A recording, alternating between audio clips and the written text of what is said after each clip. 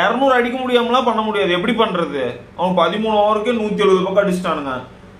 வந்துருச்சு 230 தான், அதிகமா அடிக்கல. 230 ரன் திருப்பி அடிக்க முடியாதா? எதுக்கு பந்து அப்படி போடணும்? ஃபர்ஸ்ட் பவுலிங்கே செம்ம முக்கையா போடுறானுங்க, ஃபீல்டிங்கும் பண்ண மாட்டேங்கிறானுங்க. ஏதோ லீக் மேட்ச் விளையாடுற மாதிரி விளையாண்டுருக்கானுங்க. முக்கியமான மேட்சுக்கு போயாச்சு. இப்போ கீழே இருக்க டீம்லாம் அடிச்சாங்கன்னா மேலே வந்துடும். இன்னும் 2 மேட்ச் தான் இருக்கு.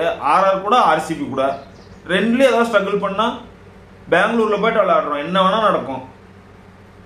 ருத்ராஜ் கீக்வெட் கூட ஓப்பனிங்ல இருந்து தூக்குறாங்க. அவனை 1-1 வர வச்சு மேல் ரகானேவோ அல்ல 1-1 வந்து ருத்ராஜும் அவுட்டு.